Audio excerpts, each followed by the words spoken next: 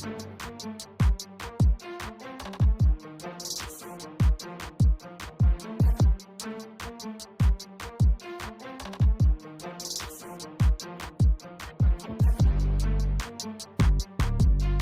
welcome to another exciting episode of the Andre the Beast Creighton Show. Another exciting show, another exciting guest. We're talking the new movie Street Angel, premiering next Sunday at the IMAX Theater, beautiful Indianapolis, Indiana. And we have on the set two of the beautiful women who's going to be featured in this extravaganza movie, Miss Symphony and, let me get it right, is it Ilesha?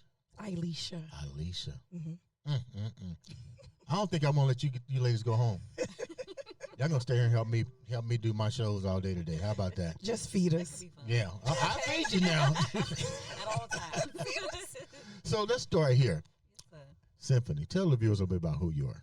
okay. Well, my name is Symphony Bowles. I'm an actor. I'm a mother. I'm a lot of different things. What you want to know? I want to know everything. What got you involved in acting? Okay. Honestly, I grew up in a TV station with my grandma. She had a TV show for over 25 years, a talk show in her city. Who's your grandmother? Her name is R.G. Holloman. And she passed away last year, so rest in peace to her. But she was a huge advocate in the community in Grand Rapids, Michigan, and her TV show was called Time to Talk. So I just grew up backstage all the time. I did my very first audition with her, which was theater, so much different than film. And ever since then, I went to a school that was constantly doing productions, musicals in elementary school, continued that on in high school, and once I moved to Indianapolis, started getting into film. So When did you move to Indianapolis? 2008. So I've been here a while. So you're from Michigan? I'm from Michigan. And you came all the way to the greatest city in the world, Indianapolis. I'm proud of you. Baby girl, tell me a little bit about you. Who are you? Well, I'm Ilesha. I'm a fitness coach, personal trainer, actor, speaker, life coach. From Indianapolis? From Indianapolis. What side of town? East side. East side. Post Road? No, not Post Road. Relax. No, not Post Road. No shade. No shade. So what got you guys, either one of you, what got you guys into being a part of this movie, Street Angel? Well, to begin with, my story is so opposite of yours, Symphony. Like, acting fell into my lap. I grew up a creative, though. Like, went to school for fashion design, always was into dance. It was very peculiar because when I first met my husband, he said, "Have you ever been an actress? Because I feel like I can see you acting." This was 15 years ago. And I was like, no. Wait a minute. What was you doing to your husband that all of a sudden he asked you? Don't try to come on this show and sugarcoat shit. So what was you doing all of a sudden he thought you could be an actor? I honestly don't know where it came out of. I do not know. I do not know. Honestly, I don't. Maybe, I don't know. But I was approached. I was working at a 9 to 5. I was approached by a lady, and she told me that she typecasted me. She said, "You look like someone that I need in this play about my life." And I'm like, well, okay, I've never done this before, but okay. She was like, "You can dance, right?" And I'm like, "Yeah, I can dance." And she says, "Okay, well, I want you to come to the table reading." So fast forward, I get to the table reading, and she looks around, and she's like, "Well, somebody is the villain in the room." And I'm not thinking it's me because I don't know who my character is. And she was like, "It's you." And I'm like, "Dang, what?" She's like, "Yeah, you used to bully me. Your character used to bully me. She took my man." I was like, yeah, that was crazy. So I did not grow up around acting. However, it fell into my lap, and I feel like it's God's gift. Let's talk. I'm going to stick right here. Okay, something. So let's talk about your character a little bit without giving out all the juices. You know, how did you feel about that character? Because you just said something. Your first experience was when you went to go do a reading, and you didn't know what you was going to be, and you know what your role was going to be. Yeah. Here, what was that like when you got this offer? So Brittany with Boss Lady Media, I've worked with her in some theater productions, and so she saw me in action. So when she reached out to me and told me she had a script for me, I said, okay, because I love acting. It's just not something that I was always doing because the fitness, being a personal trainer really got my time. I put a lot of time into it. So when she reached out to me and told me she had a script, I said, okay. She gave me the script. I read it for Chrissy and Lamont on Zoom or FaceTime. And she sent me a message like, yeah, you're in it. So come to the table reading. My character is Mika. I won't say too much, but Mika is loyal. Mika has a love story. And Mika is polished. What do you mean polished? She put that shit on. Okay. Okay. Let me go back here with this question.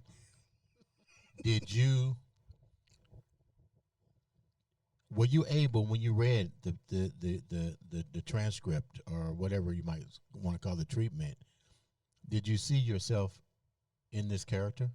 I did. Really? Yeah. It was very easy to play for me because I see myself. Has in this the happened character. to you often with other parts that you find yourself in? Yep. What about that part? What about that character do you find yourself more relatable to? The loyalty. Really? Yep. Love. I'm a lover. Okay, hold that thought. Let's talk about your character. What was it about your character that you found so interesting, and what was your take when you got offered the part? Okay, so And you better put that microphone. I know your voice is I soft. got It's you. all outdoors. So when I was offered the script, I did the audition. Brittany says, she said, "Hey, I got a role for you that we want you to audition for." I said, "Okay, let's check it out." I also did the Zoom audition. I read it. I was like, "Okay, all right, let me do this." And they immediately was like, "Yeah, this is your role." And I felt that same way too as I was reading that script. I said, "Wait a minute. Did y'all write this for me? Have y'all been watching me?" Because what I saw from my character, and I didn't have the entire script. I came in a little bit later after everybody else, so I Right. wasn't at the original table read. So I came in. What does that mean, the original table read? What is that? For the viewers that don't know, I don't know. That's why I'm Sure. asking. Yeah, so basically the table read is where all of the actors come together to read the entire script all the way through for the very first time with everybody else. Are you allowed to give input? What if something in the thing you don't like and you say, you know what, let me put it like this. Are you allowed at that particular moment, and everybody's there, allowed to tweak the character? Because you have to play that character. What if you want to add something in and be like, I might want to do this. Do they allow you to do that? I know my place. Period. Like, tweak a character. No, honestly, I think it just depends on who you're working with. Like, of course, you learn the rules of the game and then you play the game. So, most of the people that I've worked with so far, they're open to feedback. They want you to bring that character to life with your own, pizzazz. But I try to stick to the script, how the writer intended as much as possible, just because that's their vision, and I'm here to bring your vision to life. So it just depends, honestly. What was it about the role or the character that you found most interesting for yourself? And don't lie. Like I said, I saw a lot of myself in this character, and I said, have they been listening to me? Why this person is talking exactly how I would probably talk to somebody. Give me an example. give me one particular part of that you saw in yourself that you was like, are they watching me? Or should I just sing this song? I always feel like somebody watching me. Keep singing. And don't lie. I'm just trying not to give it away. Okay. Don't give the good part. Give a part that you go, really? The whole thing. Really? The whole thing. I read it. I was like, this is crazy. So it was easy for me to play, easy for me to step into that role, and bring it to life and just embody exactly what she is. My character is Imani. So I'm just saying, come see her, come find out. She has a love story in there as well. That's what I can say. Oh, okay. The next question I got to ask both of you ladies in the movie, without giving away, what's you guys' connection in the movie? As far as Like, do you know each other? Like, give me a little bit of our characters. yeah. Do you guys cross paths in the movie? Like, without giving all the information, like, how do you guys intertwine in the movie? That's a mystery. Give me something. It is a mystery. That's why I Do you know her in the movie? Can you say yes? No? I know her. Oh shit. I mean, okay. Okay. Yeah, okay. I know her. The question is, does she know me? I do not. Damn. Okay, wait a minute. I do not. So you don't know her, I do not. but you get to know her. I get to know her. Okay. I won't go no further. Is it good? Is it worth getting to know her? Absolutely.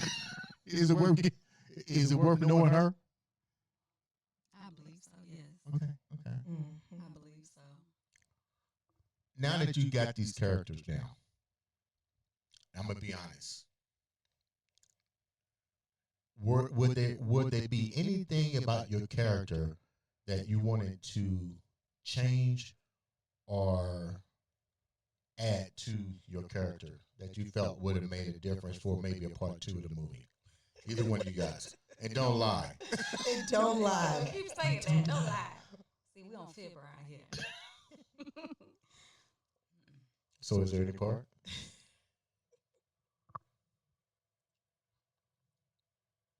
You're not gonna get fired. The movie's already done. Something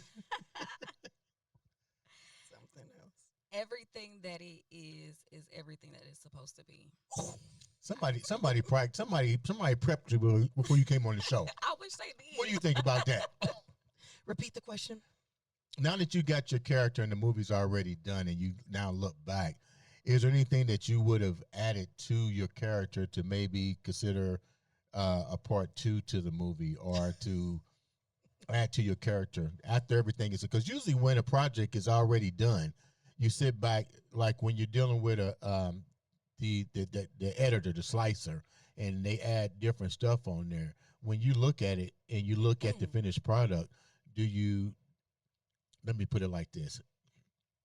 As a professional bodybuilder, I go back and look at my homework.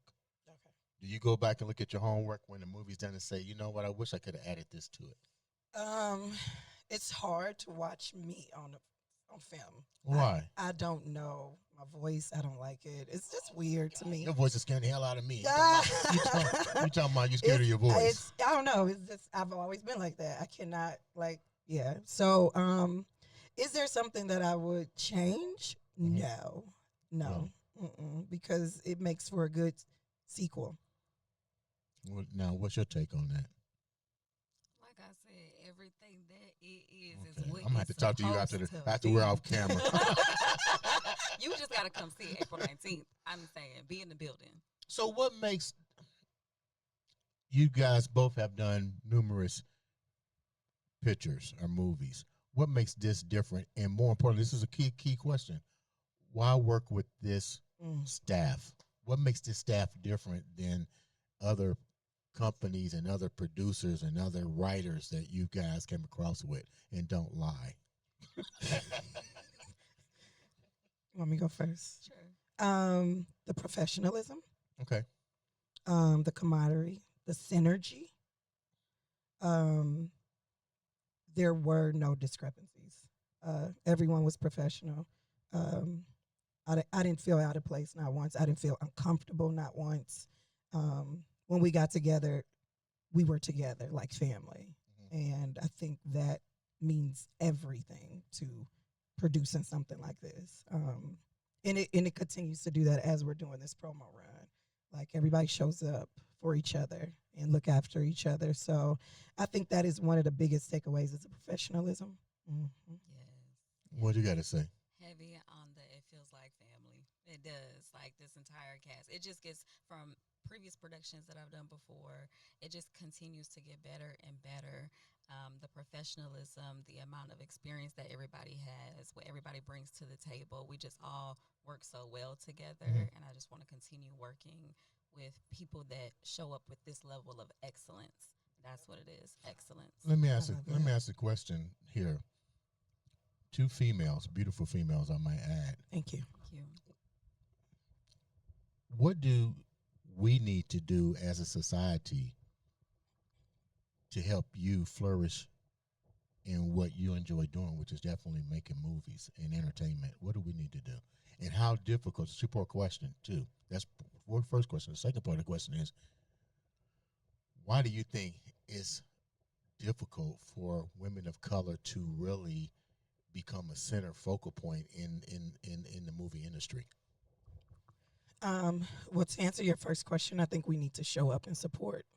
What Okay. can society do? Support us. Like at the end of the day, we're human. We all grew up, in wherever, but we're just human. Like show up and support us so that we can be bigger.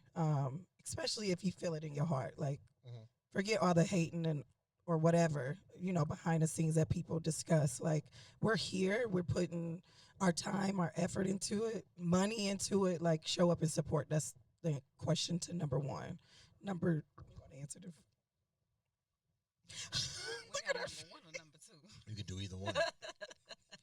Well, both of you guys gonna have your own perspective on both of the questions. So why don't you Yeah. answer both of them, and then you answer Okay. both of them. The second one, I forget. The second one was, why do you think it's difficult for women of color, to really elevate in the motion picture industry, basically the entertainment industry as a whole? Because I know you guys been in it, so you have. It's kind of like what Lamont said earlier. You got to be consistent in what you're doing, and you guys have definitely been consistent. But let's get real. I wrote this on social media yesterday. I don't know if you guys understood it, but it's called the game of life. It's like playing chess. You can either be That's a pawn right. and be a powerful pawn That's right. and do extraordinary things, or you can just sit there and fall off. That's right. I think one of the biggest things is a lot of people are doing these things in vain for entertainment, for the aesthetics. It's not in their heart. It's not from God. It's not of God. So I believe that when you lead from aesthetics or just worldly things, it become misconstrued. Everybody's in it for the wrong reasons, and that makes it hard for people like us who come faith-based, trying to preach the word, trying to make it, make life better. It makes it hard for us. So, yeah, I'll leave it there. Okay. What do you guys say about it? Um, Symphony. Yes, sir. And so everything that you do, God has to be in it first. And when we came to this production, God was in it first. We prayed before every set, everything like that. That's number one. God has to be in it first. And secondly, having that support from other people, that's what helps us move further. I mean, even the major productions of that people of color do, it's like we have to show up and show out in the theaters so that way they know that this has the support of all of its people. Mhm. Same with us. Let everybody know that we have your support. So that way we can continue to build and continue to grow. And it's not just this start and stop, because you start losing steam, or some people start losing steam, especially if it's not in their heart. After some time, when it's like, man, ain't nobody supporting this thing. But support is huge. Putting God first and having support. And then the second question was about a woman of color. What's your take on that? Why do you think it's difficult for a woman of color to excel in this industry? That's systemic. Honestly, that's a whole systemic thing. That's a whole nother conversation. We, as women, are just coming into, and I'm not even gonna say that we're just coming into the workforce or the work field, but it's seen as a man's industry and dominant as a man's industry. Mm-hmm. So I think one, being a woman of color, and being a woman, both of those two being minorities in those capacities, it's like, okay, we just gotta keep doing our thing. Have doors closed on you guys because of that? Because of color? Because you being a female? Have you knocked on doors for opportunities, and not with just the company that you're currently with this project, but other projects, have you been discriminated against, so to speak? For me, no. Thank God. Okay. That's a blessing. But I feel like everything that I have done in my life, which is a lot, has been divine, Okay. God's gift. So I listen to Him and I follow what He tell me to do. What about you? Any doors closed? In terms of the entertainment industry, not at this time, because I agree. God has put me exactly where I'm supposed to be when I'm supposed to be there, and has opened every door for me that is supposed to be for me. What's for me is for me, and I believe that very strongly. Let's go here with this question. We're talking about a movie, Street Angel, premiering next Sunday at the IMAX Theater in beautiful Indianapolis, Indiana. A spiritual-based motion picture. That's a little bit different. How do you get people to gravitate to a movie? Let me put it like this. I think people need to understand. Don't get the word spiritual or religious-based movie and try to read it more into it than what it is. My question here is, what's the difference with going with a movie that's branded as a religious-based movie versus another movie? Like, how do you really get people to even come in and see it without going, I don't want to watch something that's based on Jesus and all that kind of stuff? How do you guys deal with that? Not saying that's what the movie's about. I'm just saying that's how people, when they hear that name, they start to automatically find reasons to disconnect versus to connect. How do you guys deal with that? Be open. I would say be open. Be open to see the message. Be open to receive. You'll never know what you get out of it. You're loosening up now, aren't you? Just a little bit. What's your take on it, baby girl? I would say be real. Put real people in your films, like Dreads and Swisher. Like, put real people in those places. No fakes, no phonies. It's real people. It's a real story. So I feel like saying it's a faith-based film may scare some, but maybe not so much. Not so much, because we need it, right? In this world today, I feel like this film is needed. Everyone is losing someone. Why is it needed? What makes me want to go and watch this film? I'm gonna ask both of you guys. Let me go here. Let me go here. Don't get me started. Don't get you started. Let's talk about your character. What makes you so engulfed in this? Give me a particular part of that movie. You know how they do a trailer that you're in. I'm gonna put you on the spot too. That's gonna make me go, damn, I want to go see this girl. Just give me a little bit of something that you did that it even resonates with you to this day. That you go, damn, I was powerful in that particular part. Don't look at the audience. They can't help you. Shit. Say it again. No, it's kidding. I can take it. Go ahead. Yep. Thank you. Yeah. Thank you. Oh my God, you loosening up. We're gonna spend another hour with you now. Wait a minute. Slow down. I might be telling your story. Okay, go ahead. I might be telling your story. That's why you should come see it. You're gonna want to see it. You're gonna want to see the story that's being told from my character. You want to find out. We got front row seats. You know that, right? All right now. So before we wrap up, I'm trying to think how I want to put this. You work with tons of different producers. Naturally, you said this is a family. What's the difference between taking your craft to a faith-based motion picture versus other movies that you've been involved in? Like, what's the difference? Because if I'm listening to this podcast, and the ideal of my podcast is to keep that beast mindset, but to also educate individuals at the same time. What's the difference between working with a faith-based movie versus other motion pictures that you guys might have been involved in? Intentions. Yes. Damn, you said that real deep. You see, you get Intentions. Yeah. vibrato that's in there. It came out. Sorry. Explain that. Explain that. um, so every movie that's written, every film, they have their storyline. This is intentional, though. This is really to touch somebody deep down. Yep. Mm-hmm. What you got to say? You feeding off of her down? Man, I'm like, how do I top that? Because she's serious. Intention and alignment. That's it.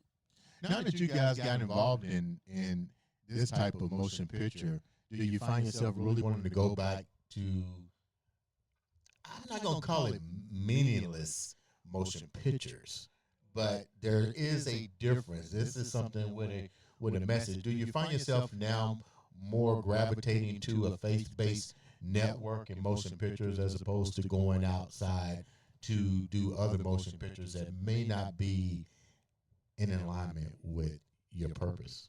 I wouldn't say it makes me gravitate more to it. I would say that after watching this film in its entirety, it made me feel like I was purposeful. I was used in the right lights. Yeah, that's what I would say. I'm not steered in any direction other than what is purpose for me, what is aligned with me. If I'm not feeling it, if something isn't right with it, I'm not going to do it. I'm only going to do and use my discernment with that, what God has for me. I'm only going to do what God allows me to do.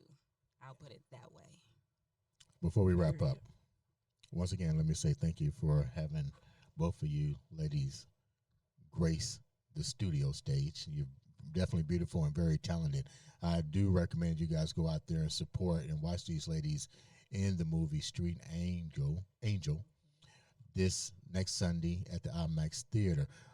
But you guys are also on social media. How can the viewers reach out to you and support you? Because we mentioned the word support, and that means a lot. So let's start on this side. How can the viewers reach out to you? You can reach out to me. I am Fusion Fit Warrior on all social media platforms, including YouTube. Yeah, that's how you can reach out to me. Fusion Fit Warrior. Fusion Fit Warrior. I'm scared as hell. not a How can they reach out to you, baby girl? Let me go find out because I'm a certified yoga teacher myself. Okay, sis. Oh, okay. We got fitness experts up in there. Yeah. So I'm Cynthia Moore on all social media platforms. That's SYMPHIIAMOR. Ladies and gentlemen, make sure you support, subscribe, like, touch that button. Sometimes all it takes is one click of a button to change your life or to make a difference in somebody else's life. Make sure you go to the IMAX Theater next Sunday for the premiere of Street Angel. It's a red carpet event. Dress to impress. Yes. I don't want to see you coming out there with no jeans on. Yes. Ladies and gentlemen, this has been another exciting episode of the Andre the Beast Creighton Show.